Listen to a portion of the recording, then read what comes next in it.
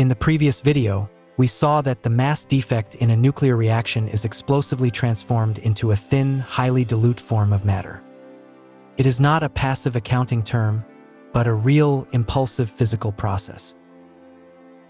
Mass defect is not rare or confined to nuclear reactions on Earth.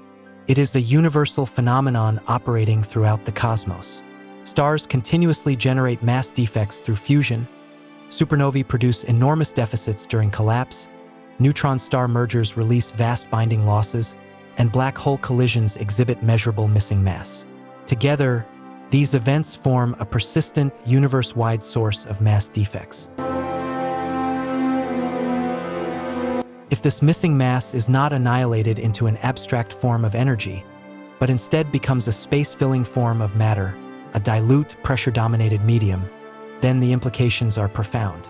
In this view, mass defect represents a real physical state that expands, redistributes, and persists. Over cosmic time, its continual production would naturally fill space itself.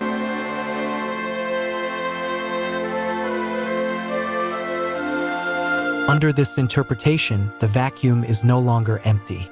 It is permeated by a universal medium formed from the accumulated relics of mass defects produced by stellar activity and violent astrophysical events. This space-filling ether would be largely invisible at ordinary scales, yet dynamically significant in aggregate, potentially influencing fundamental phenomena now explained solely through special and general relativity.